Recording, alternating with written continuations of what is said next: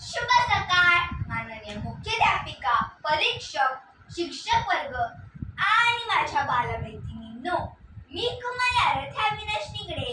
आज मी तुम्हाला छानशी गोष्ट सांगणार आहे.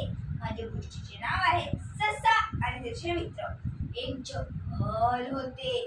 गाय, घोडा, गाढव आणि बकरी ते दररोज चरायला येत असे. तिथे चरायला जात असत तिथे एका झाडाच्या खाली एका ससाचे बीड होते. एके दिवशी ससाने चौघांना छान फिरताना पाहिले. त्या चौघांची मैत्री पाहिली आणि मनात विचार केला, आपण त्यांच्याशी मैत्री करून घ्यावी. ससा त्यांच्या जवळ गेला आणि म्हणाला, तुम्ही चौघे जसे मित्र आहात तसे मलाही तुमचे मित्र करून घ्याल का? त्या चौघांनी मैत्रीला मान्यता दिली व त्याला मित्र म्हणून स्वीकारले. सशाला मोठा आनंद झाला. ससा त्यांच्याजवळ फिरू लागला. एके दिवशी ससा त्यांच्याजवळ बसलेला. त्या सर्वांना अचानक शिकारी मित्र जवळ येण्याची जाणीव झाली. ससा गायकडे गेला आणि गायला म्हणाला, तू माझ्या पाठीवर बस. जेव्हा शिकारी कुत्रे जवळ येतील तू त्यांच्या शिंगात मारून पळून लाव. काय म्हण? अरे सशा, आता तर म्हणजे खरी परतण्याची वेळ झाली.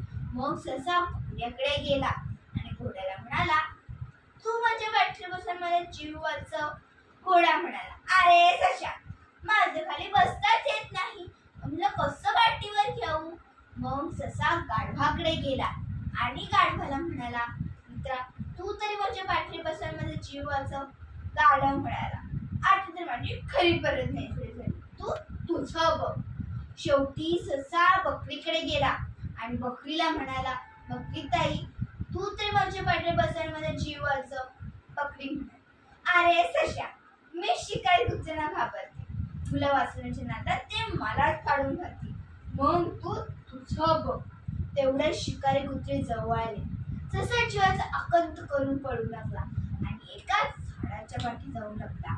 शिकारी कुत्रे परत गेले आणि ससाचा जीव वाचला.